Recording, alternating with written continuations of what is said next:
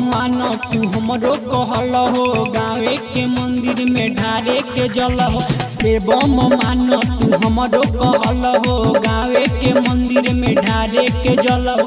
चलल बा महामारी जनी जिधर अपना तू धर कांवर धल देवघर चल बम नाही कोरोना से डर। कांवर धल देवघर चल बम नाही कोरोना से डर।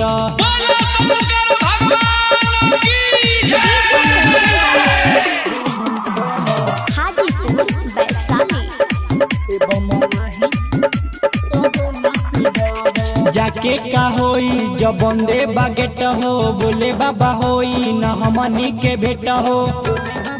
एवं जाके का होई जब बंदे बागेट हो बोले बाबा होई न हमनी के भेट हो। न जाइब तो हर जाइब भोले बाबा खातिर हम कुछ कर जाइब। आज लागल बा सरकार के नियम हमसे जानी तू लड़। कांवर धल देवघर चल बम नाही कोरोना से डर। कांवर धल देवघर चल बम नाही कोरोना से डर। डीजे कंचन राज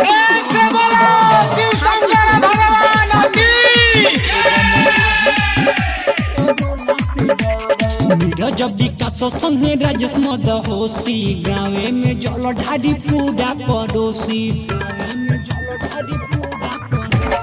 राजा बाबू रोही संग चंदन मद होशी गाँवे में जल ढारी पूरा पड़ोसी। असो देखे बहमहू अब देव घर के मेला शंख पोला किने बहु हवा के नाम होला। अगिला साल साथे चलियो साल तू कांवर धल देवघर चल बम नाही कोरोना से डर। कांवर धल देवघर चल बम नाही कोरोना से डर। Hi tech recording studio Pachpakdi.